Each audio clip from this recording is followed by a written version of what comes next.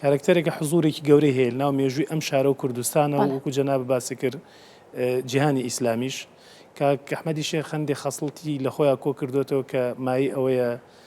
لەسەری بوەستین بە تایبەتی لەم زەمن و لەم کاتە لەبەرەوە پێشتر ڕامانگەیان تەبعاً هەموو ڕاگەیانێکە بێتە مای دەوڵەمەندکردنی تاکو و هەر کەسێک لە هەر بوعدێکە ئەوێ خزمەت بە دیدارەکە بکات بە تایبەتی بوعدی زانستی و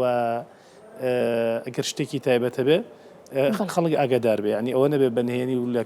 فترێکی کەم پێش دیدارەکە ڕابگەنرێ و خەڵکێک دوای گلەیمان لێ بکە کە ئەیتوانی بە نەوعێک لە نەوعەکان مساهەمە بکات لە سەرکەوتنی دیدارەکە بەڵام نەیزانی و کاتی نەبوو و یەک شتیش بۆ جەنابتان ینی ئیزافە بکەم دیدارەکە بە هاوبەشیە لە نێوان ڕێکخراوی بەرزجاو بە ڕێبەرایەتی گشتی هونەر و ڕۆشنبیری و هونەری سلێمانی کاک هاوار ئەو بابەتانەی کە باسەکرێن لە ناو دیدارەکەیە کە ئەوەیە کە گفتوگوی لەسەر بکە خود ئەوانەی کە پێشکەشەکرێن چ بابەتێکە کام لایەنانەی ژیانی کاک ئەحمەدی شێخەگرێتە طبعاً ئێمە لە کوردستان ڕەنگە وە لە جیهانی ئیسلامیش ڕەنگە کەم زانامانە بێ وەکو کاک ئەحمەدی شێخ توانی بێتی کۆمەڵە ڕەهەندی جیاواز لە ژیانیا پێکەوە گرێبدا و لە هەمووشە ببێ بە ئایکۆنی دیار و سەرکەوتوو ئێمە لایەن ئاینیەکەی هەم لە ڕووی شەرعیەوە چونکە پێش هەموو شتێ متفقین لەسەرێکی کارکتەرێکی ئاینی بووە لە ڕووی شەرعیەوە و لە ڕووی تەسەوفیەوە هەردوو ڕەهەندەکەمان بە هەند وەرگرتووە کاک ئەحمەدی شێخ هەم زانایەکی پایە بڵندی ئیسلامی شارەزا لە فیق و لە شەرعی ئیسلامیە بووە و هەم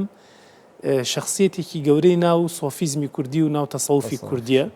ئەو دوو ڕەهەندەمان بە هەند وەرگرتووە ڕەهەندێکیکەی ژیانی کاک ئەحمەد کۆمەڵایەتی بوونێتی یا بە بڵێن ئەو خزمەتانەیە کە لە ڕووی کۆمەڵایەتیەوە ئەو ڕۆژگارە پێشکەشی کۆمەلگای کوردستانی کردووە ئەم ڕەهەندەشمان بە هەند وەرگرتووە کاک ئەحمەدی شێخ پشتوپەنای فەقیر و لێ قەوما و نابیناکان بە تایبەتی و ژن لەو سەردەمە و جوولەکەکان کە کەمینەیەک بوون لە سلێمانی و مەسیحەکان کە کەمینە بوو لە سلێمانی پشتیوانی بەهێزی ئەو چین و توێژ و خەڵکانە بووە و لە سەردەمی ئەودا کۆی کە مێژوو باسێکات جوانترین وێنەی پێکەوە ژیان لە سلێمانیا تۆمار کراوە و ئەمە قوڵ بووەتەوە بۆ دەروی کوردستانی چونکە کاک ئەحمەدی شێخ هەژمونی بەسەر تەواوی کوردستان ڕەنگە بڵێم لە هەر چوار پارچەکە بە تایبەتی لە کوردستانی خۆمان و ڕۆژهەڵات زۆر بە وازەحی دیارە و زۆر جار تەدەخولاتی کردووە بۆ گەورەی و ناوبانگی خۆیەوە بۆ کێشەی زۆر بچووک ینی مەسەن لێرەوە ڕۆیشتووە بۆ شارێک لە شارەکانی ڕۆژهەڵات لایەنە کۆمەڵاتیەکەی کاک ئەحمەدی شێخ بەشێکی سەرەکی دیداری زانستیەکە بەڵێ لە دواییشە بوعدێکی کە ڕەهەندێکی کە بریتیە بێ لەوەی کە کاک ئەحمەدی شێخ بەو پێگە و بەو مەکانەیەوە طبعا هەندێک بەڵگەنامەی عوسمانیان خۆشبەختانەی کیان یەکەم جار لەلایەن منەوە بڵاوکرایەوە کە وەختی خۆی لەسەر سلێمانی بە قورسیەتە جواب لە بەڵگەنامەیە کە پێشتر بڵاوم کردوێتەوە دەوڵەتی عوسمانی ئەو زمانە نیازی بچووکردنەوەی سلێمانیان هەیە دوای ئەوەی کە موسساتی حکومی و دام و دەستگا ڕسمیەکان و خەڵکی سلێمانی هەوڵی خۆیان خستۆتە گەڕ دەوڵەتی عوسمانی گوێ لێ نەگرتن کاک ئەحمەدی شێخ بە بەڵگەنامەیە کە پێشتر بڵاوم کردوێتەوە هەڕەشە لە دەوڵەتی عوسمانیەکە یەکەم جار بەڕێزەوە قسەیان لەگەڵاکە بەڵام ئەڵێ ئەوە بچووکردنەوەی سلێمانی بەو شێوازەی کە بخرێتە سەر کەرکووک و ئەو شخصیەتە ئیداری خۆی نەمێنێ بە هیچ شێوەیە قوبوڵکراو نییە بەڵگەنامەیەکی کە دیسانەوە لای من هەیە وەختی خۆی پێشنیاری بۆ کراوە ئەم بەڵگانش لە ناو دیدارەکە کاری وڵا زۆر بەڵگەنامەی تریش ئەو باش بوو فرسەتەدا پێم دوان لە توێژەرە بەڕێزەکان لانی کەم ئیشان بەس ساختکردنە و لە سەروەستانی ئەو بەڵگەنامانەیە آخر شت کە من بمێ بیڵێم لە سیاقی وەڵامی ئەم پرسیاری بەڕێستانە کاک ئەحمەدی شێخ بەو حزور و هەژمونەی خۆی هەیە بۆ دوایی یعنی بەشداری سیاسیشی هەبوو بێگومان باسەکرێ ئەو لایەنە سیاسیەش کە وەکو عەرزم کردن هەم لەسەر سلێمانی هاتووەتە جواب هەم لەسەر جارێک پێشنیاری بۆ کراوە لێرە چی پێگەومەکانێکیە لە سعودیا هەموو شتێکی بۆ تەرتیب بکرێ بەس بچێ بۆ ئەوەی هەڵنەبژاردەوە دیارە سلێمانی زۆر بەلایەوە چەند چۆتە حەج چەند ساڵێک ماوەتەوە لە حەج شوێنێکی کڕیوە بۆ ئەو حاجیانەی بۆی کە لێرە حاجی کوردستان ئەڕۆتەوە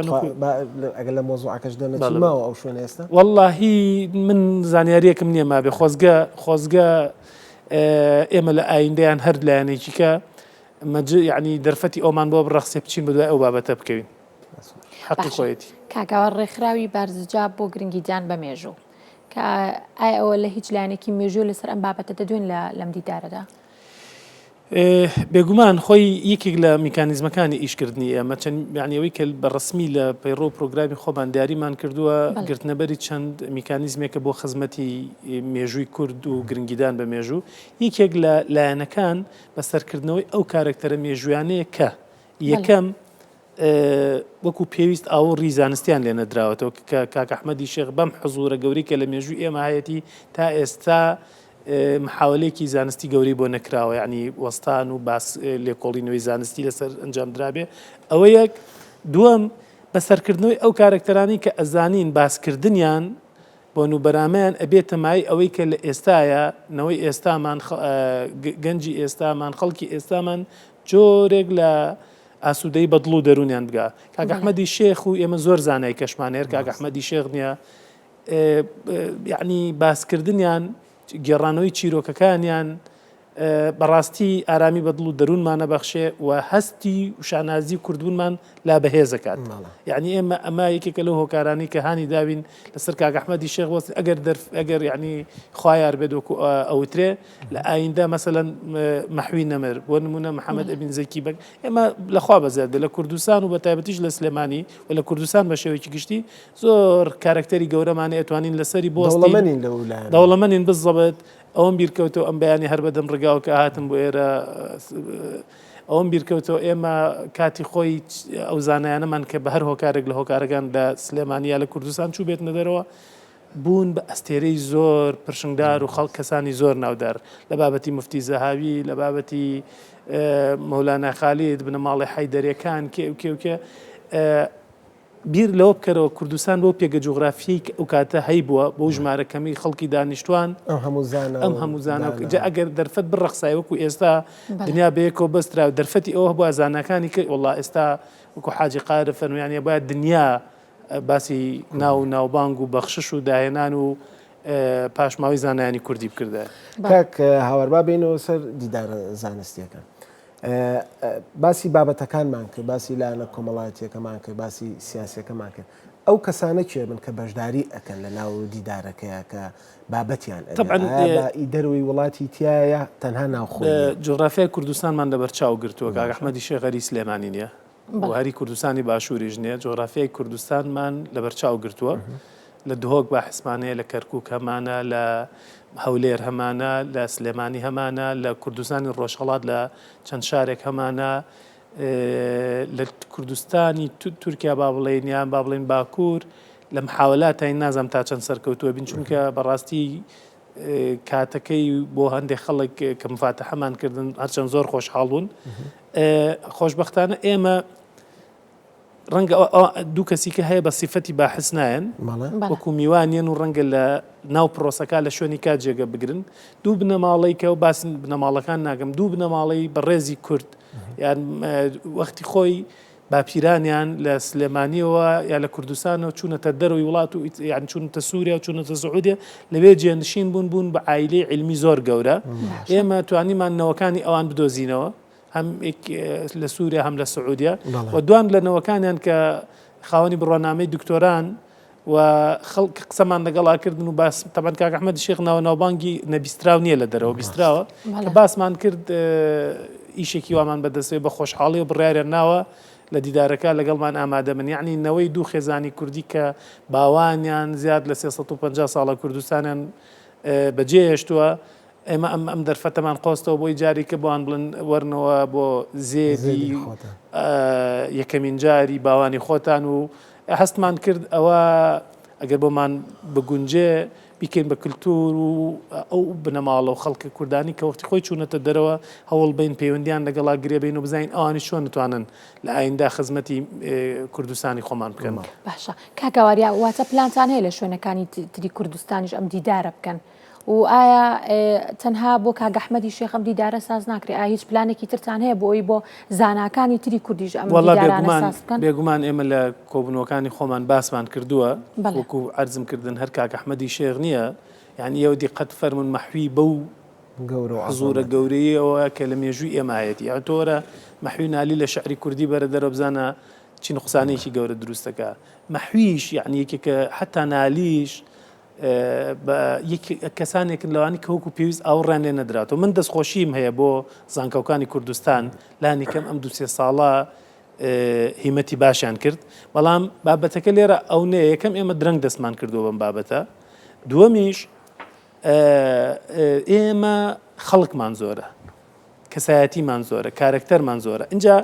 بەڕاستی کاتێک کە تۆ کارکتەرێک هەڵەبژێری بابەتەکە بە شخصی ئەو کارکتەرە نییە. یعنی وەکو باسم کردی ئێمە ئەمانوێ مێژوو سازی بکەین، ئێمەمانوێ نەتەوە سازی بکەین، ئێمانوێ هەستی شانازی لای گەنج و مناڵی کورد و نەوەی نوێی کورد تۆخ بکەینەوە. یعنی هەمومان ڕەنگە هەستمان بۆ کرد بێ لە ئێستاە دەرەنجامی ئەو فاکتەرانی کە زۆر باسکراوە هەن، بابەتی ئینتیما بۆ کورد و بابەتی خۆشویستنی مێژووی خۆمان و ئانە تقریبا کاڵەوەتەوە. ینی ڕەنگە ئەگەر تۆ مێژووی میلەتەکەی خۆت بەو شێوازە ڕاستەقین و جوانە باز نەکەیت، سەرکەوتنەکان نەگەڕیتەوە، چیرۆکە سەرنج ڕاکێشەکان نەهێنیتەوە، ڕەنگە ئێمە ون بین لە ئێستاە. یعنی دنیا بەستراوەتەوە بەیەک و وڵاتانی دنیای من دوێنە برادرە جوانی نووسی بوو، ئەڵێ ئەمریکا هیچ مێژوویەکی دوور و درێژیان نیە و ڕاستیشێک، ئەڵێ بە هۆلیوود توانیوانە ئێستا هەژمون بکەن لەسەر هەموو دنیاە. باشە خەڵکان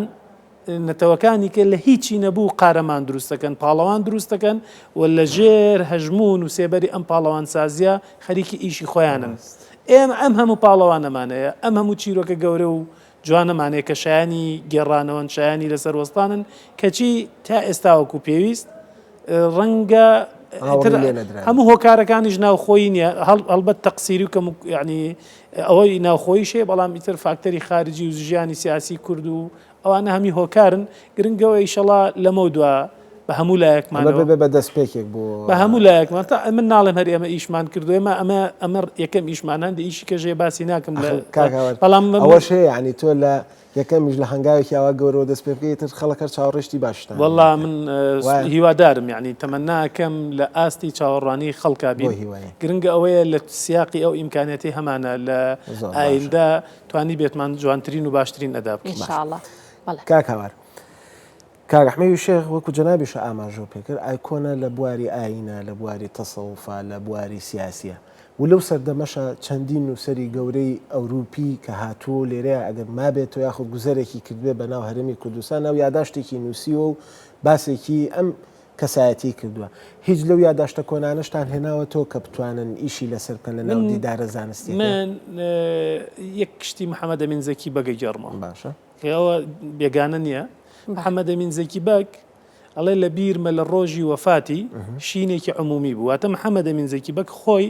کە پیاوێکی عیلمیە، پیاوێکی جوانە، خۆی ئەو ڕۆژەی بیرێکە کاگەحمەدی شێخ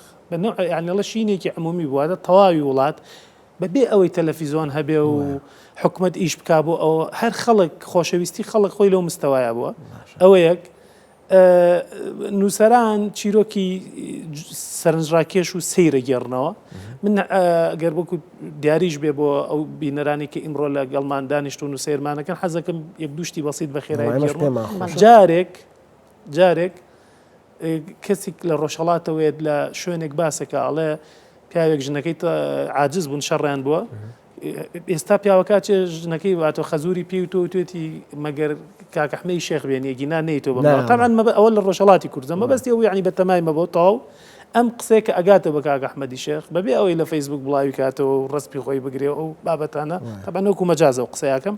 لێرەوە ئەڕوات بۆ پێم وایە مەریوانە، مەریوان لە ڕۆژهەڵاتی کوردستان ئەچێتە ماڵەکە تەکلیفەکە ئەو ژنە بچێتە بۆی ئەو خێزانە هەڵنەوەشێ کەسەکەش تەبعاً ئەو کاتە خەڵ ئەوانە جلوبەرگ و ئەوانیان لە مستەوای زوهد و شکاندنەوەی نەفس و ئەوە یعنی خەڵکی باقوبریق و جوان پۆش و ئەوە نەبوون. سید ئەڵێ دەروێشت بۆچی هاتووی تەکلیفەکەی من مەرجی خۆمەم زووتووە ئەڵێ کاکە من کاکەحمەدم لە سلێمانیە هاتووم ئیتر کابرا لە خەجاڵەتی وەکو باسەکەن تەبعاً ئەو مەزدەرەکەی باز ناکەم چونکە ڕەنگە لە دیدارەکە ئەو شتانە باس کرێ بەڵام لە مەزدەرەوە هاتووە. زۆر شتێکە یعنی پیاوێک سوڵتان عەبدولحەمید سلێمانی بێن لەبەر چای خۆتان جغرافیای سلێمانی مقارنەکە بە ئیمپراتۆریەتی عوسمانی کە سنوورەکانی گەشتۆتە توانین بڵێن ناوەڕاستی ئەوروپاش لێەوە تەکلیف لە کەسێکی کورد بکا بڵێ زەحمەت نەبێ وەرە بۆ ئەستەمبوڵ با ببینم عوزری بۆیە ناوەتەوە نەچووە من ناڵم پەیوەندی خۆش نەبووە ئەوە بابەتی کێ بەڵام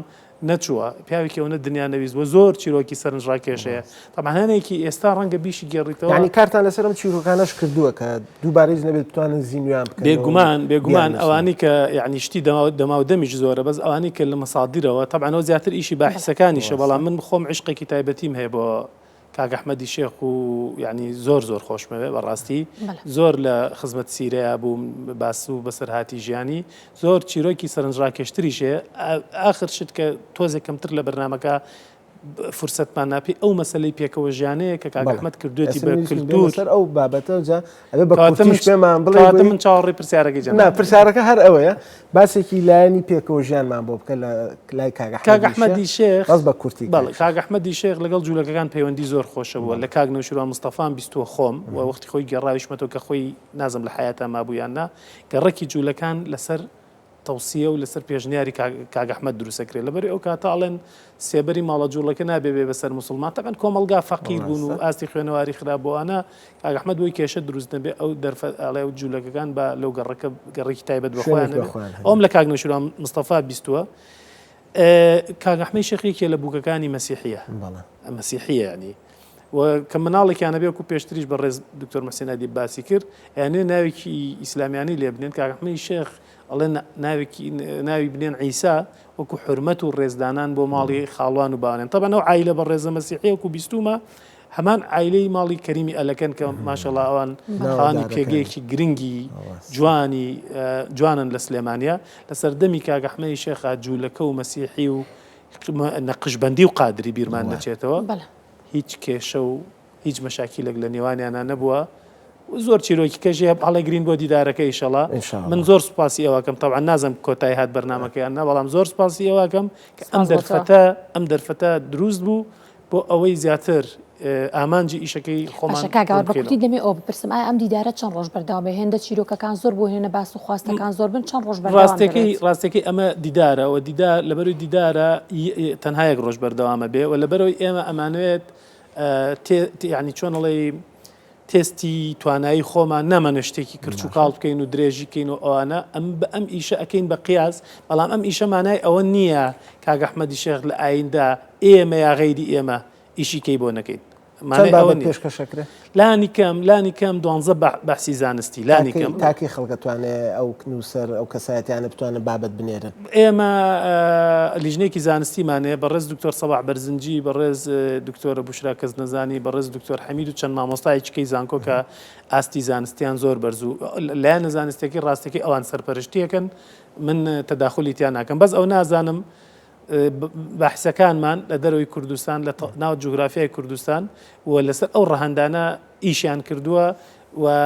ئیتر ئەو بابەتە ڕاستێکی ئەوان قەراری لێن دەستەکانی خۆش بێت کاگاوەر بێگومان ئێمە کو دەستگای میدیای کوردستان لەگەڵتان بین بۆ سەرجەم شالەکەتان بەرنامەی تریش دەکەین